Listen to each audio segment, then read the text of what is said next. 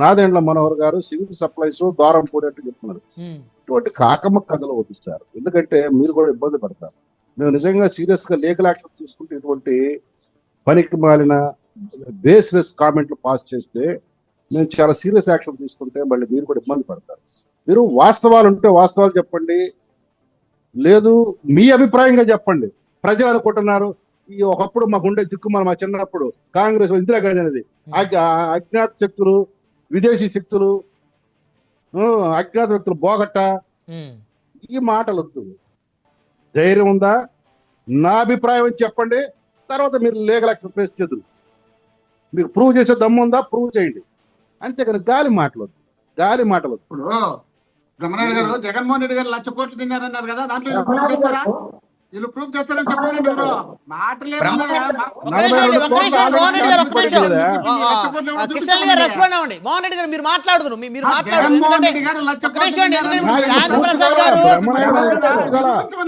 మీరు ఆగండి మోహన్ రెడ్డి గారు, మీరు ఆగండి సార్, మీ సమయం వస్తుంది. ఒక్క నిమిషం మోహన్ రెడ్డి గారు దయచేసి మీరు ఓపిక పడితే మీరు మాట్లాడుతున్నారు, సమయం వేస్ట్ అయిపోతుంది. చాలా సీరియస్ కామెంట్ చేశారు ఇప్పుడు శాంతి ప్రసాద్ గారు. కంక్లూడ్ నెక్స్ట్ కిషన్ గారు మీరు ఆన్సర్ ఇద్దరు.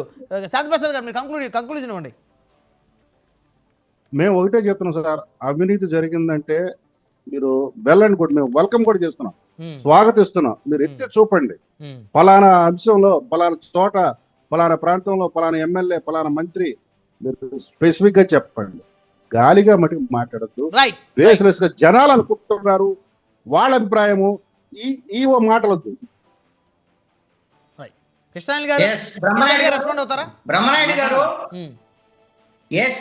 బ్రహ్మనాయుడు గారు ఈ రోజున సివిల్ సప్లైస్ మినిస్టర్ గా ఉన్నటువంటి నాదెండ్ల మనోహర్, అదే విధంగా జనసేన పార్టీ అధినాయకుడుగా ఉన్నటువంటి పవన్ కళ్యాణ్ కి ఇద్దరికి ఈ రోజున ఇప్పటికీ సంవత్సర కాలం నుంచి జరుగుతున్నటువంటి రేషన్ మాఫియాలో వాటాలు ఉన్నాయి.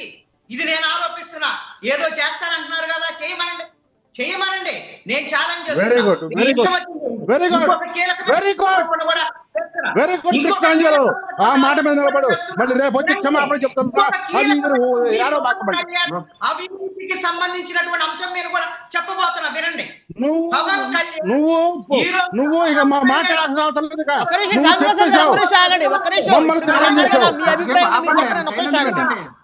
కాకినాడ మాట్లాడే మాట సిప్ అన్నారు కదా, సిప్ ఏమైందో చెప్పండి. మోహన్ రెడ్డి గారు వాపుకొని ఆయన మాట్లాడండి. కిషన్ గారు మీ వాయిస్ వినపట్లేదు.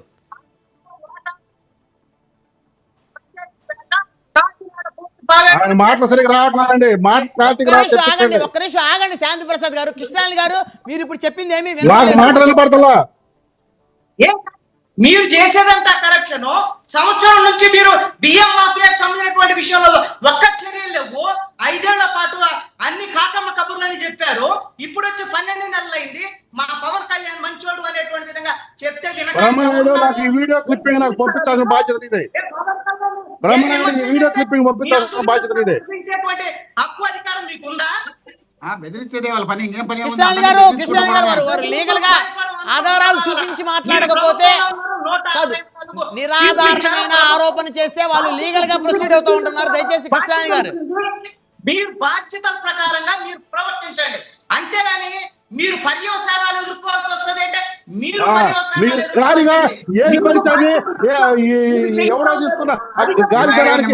మాట్లాడతానంటే మేము ఆ గాలి పోగేసి మాట్లాడమన్నా నువ్వు మాట్లాడావు. అయిపోయింది ఇక్కడ, నీ పని అయిపోయింది, మా పని. 164 సీట్లు ఇస్తే గాలి కబుర్లు చెప్తుంది శాంతి ప్రసాద్. నీకయ్యా నీకు అనవసరం. నువ్వు అవినీతి గురించి మాట్లాడతావు, అవినీతి గురించి మాట్లాడు. నీకు ఇంకా మిగతా సోదరు వచ్చి చేరింది. పవన్ కళ్యాణ్ ఈ రోజున అవినీతిలో భాగస్వామిగా ఉన్నాడు, నాదెండ్ల మనోహర్ భాగస్వామిగా ఉన్నాడు. కాబట్టే ఈ రోజున బియ్యం మాఫియా ఆంధ్రప్రదేశ్ లో నడుస్తుంది. మీరు నిరూపించుకోండి కావాలి. మీరు ఏ విధంగా కాదని మీరు కేసు పెట్టుకోండి.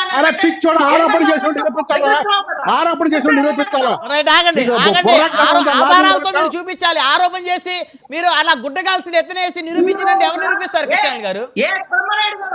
బ్రహ్మనాయుడు గారు ప్రకాశం జిల్లాలో వీరయ్య చౌదరి అనేటువంటి ఒక తెలుగుదేశం నాయకుడు దారుణమైనటువంటి హత్యకు గురైతే చంద్రబాబు నాయుడు ఇంటికి వెళ్ళాడు, నారా లోకేష్ వాళ్ళ ఇంటికి వెళ్ళాడు. అయ్యా ఎందుకయ్యా దానికి దీనికి సంబంధం ఏంటి? దానికి దీనికి సంబంధం ఏంటి? ఇదే తలాశాఖలను మాట్లాడితే దీనికి ఎవరు బాధ్యులు? సివిల్ సప్లైస్ మినిస్టర్ కాదా? ఈ రాష్ట్ర ప్రభుత్వం కాదా? డిప్యూటీ సీఎం కు బాధ్యత లేదా? రైట్ రైట్ దయచేసి ఆగండి, దయచేసి ఆగండి, ఒక్క నిమిషం ఆగండి. మోహన్ రెడ్డి గారు కాదండి, కృష్ణారెడ్డి గారు ఆధారాలతోటి మీరు ఆధారాలతోటి ప్రెస్ మీట్ పెట్టండి మీరు. కృష్ణారెడ్డి గారు తప్పలేదు, కానీ మళ్ళీ మీరు ఇబ్బంది పడతారు. నిరాధారమైనటువంటి ఒక ఉప ముఖ్యమంత్రి మీద, ఒక మంత్రి మీద మీరు డైరెక్ట్ గా వాళ్ళు అవినీతి చేస్తున్నారని చెప్పి స్టేట్మెంట్లు ఇస్తే మీరు లీగల్ గా ఇబ్బంది పడతారని శాంతి ప్రసాద్ గారు చెప్తా ఉన్నారు. దయచేసి మీరు ఏదైనా ఉంటే ఆధారాలతోటి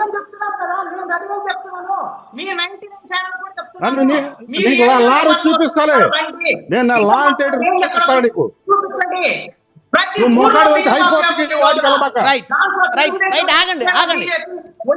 కాంగ్రెస్ పార్టీ కూడా భాగస్వామిగా ఉంది. అందరూ కలిసి ఇలా పాపం నాకు ఎలాంటి సంబంధం లేవు, మేము అసలు వాళ్ళతో కలిసే పరిస్థితిలో లేము. రైట్ రైట్ మోహన్ రెడ్డి గారు సార్ దయచేసి ఆగండి, దయచేసి ఆగండి, దయచేసి మీరు అందరూ దయచేసి ఆగాలి. మళ్ళీ హైకోర్టుకి వెళ్తాను, నా హక్కులు ఉన్నాయి, పక్కా తోలని మాట్లాడబాక. పిఠాపురం నియోజకవర్గం వెళ్దాం. పిఠాపురం నియోజకవర్గంలో ఇదే జనసేన నాయకులు నువ్వెంత నీ బతుకంతా నువ్వేదో మాట్లాడితే బ్రహ్మాండం బతులవుతా. సార్ దయచేసి ఆగండి, సార్ దయచేసి ఆగండి, కృష్ణారెడ్డి గారు దయచేసి ఆగండి.